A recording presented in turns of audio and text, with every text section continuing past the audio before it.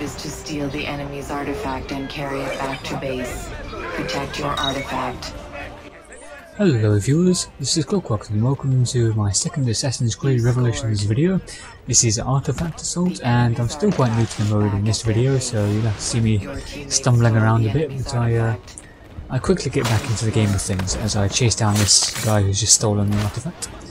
Unfortunately, someone gets on my way, they get stabbed, but it buys the guy enough time to get enough distance from me that it makes it impossible for me to catch up. So, I already realised that I can't catch him, so I'm just going to get into position to steal it the moment he delivers the artifact. Enemy scores.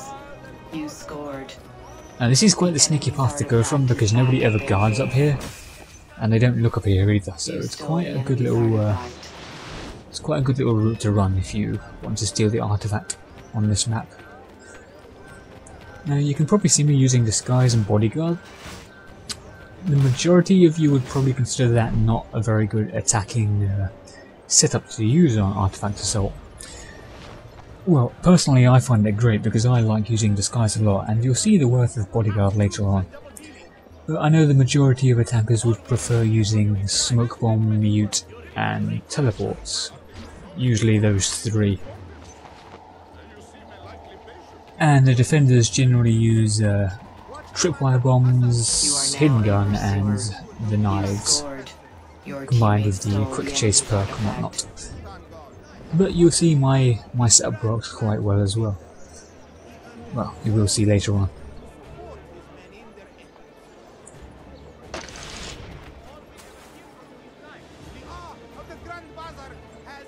You scored.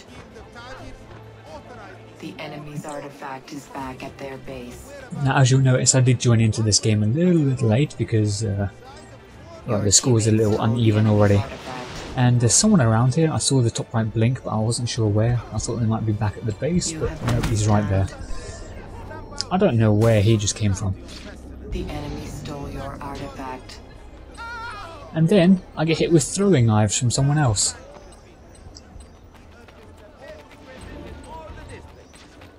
I thought I might be able to intercept them here if I went this path, and I kind of thought that was a player because he was just hiding behind the little red line, which players tend to do. The enemy's artifact is back at their base. Well, someone's after me, but it's not going to do them any good because they fail at free running.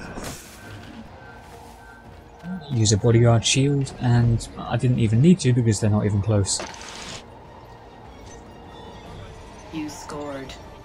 Now, I'm going to take into advantage that this guy has tunnel vision, and I'm going to rush at him. Bam. And run away. Now, it's debatable whether you should just walk away or run away. It all depends on the situation, to be perfectly honest.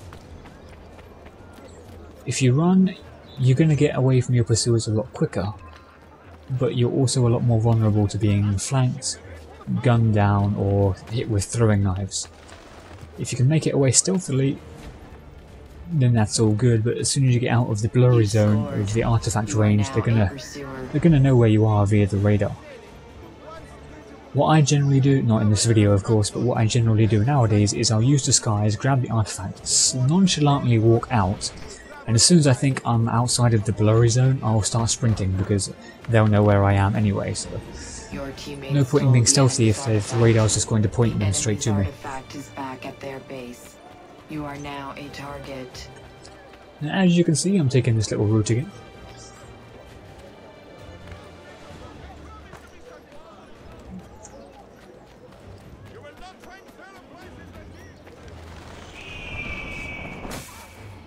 This route wouldn't work, of course, if someone was patrolling the roofs, but nobody is in this game.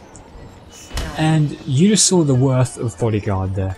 I didn't know there was a... well, I assumed there was a guy in the group, but I didn't know which one it was, so... use bodyguard. The bodyguard always knows which is a player and which is not, so... he'll always go for the player and always stun them. Well, not always stun them, I suppose. It does bug out sometimes and just, like, ignore the player. For example, the bodyguard will take ages to stun someone, allowing the player to just walk past the bodyguard and kill me, which has happened on occasion. The enemy stole your artifact.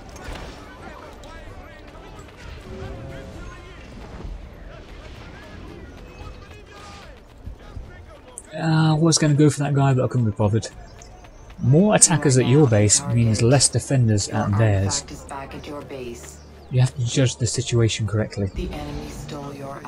Because I know that there's a lot of attackers at my base at the moment, it means I can go and steal the artifact without any problems. You stole the enemy's artifact. And I get another lucky stun here.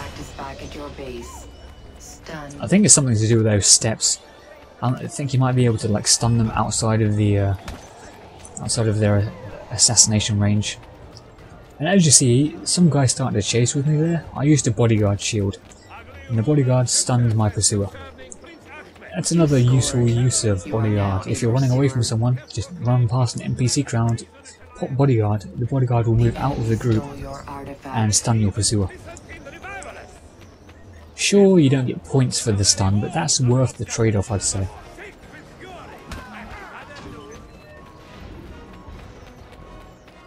It's pretty. The bodyguard is essentially a homing missile in comparison to a smoke or mute. You don't get the points for the stun, but you're going to get the stun 90% of the time, so it's a lot more worth it, I'd say. At least in this mode, in comparison to a smoke, mute or charge.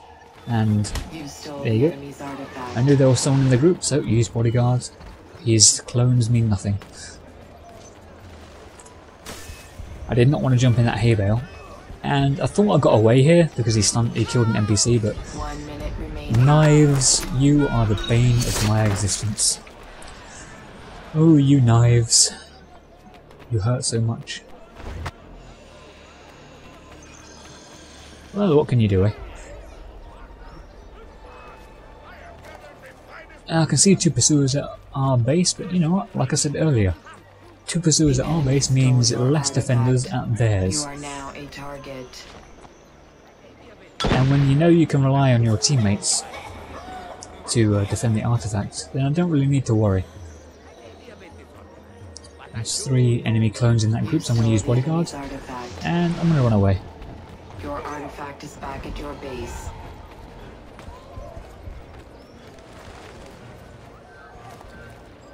Ten, 9, 8, 7, 6, 5, 4, 3, 2, and 1. Bow. And that is the end of the Artifact Assault video. This was one of my newbie games, but I hope you enjoyed nonetheless, viewers. I'll be bringing you much more skillful games soon. There's no point in only showing level 50 gameplay now, is there? Anyway, thank you for watching. This is Clockworks, and see you later.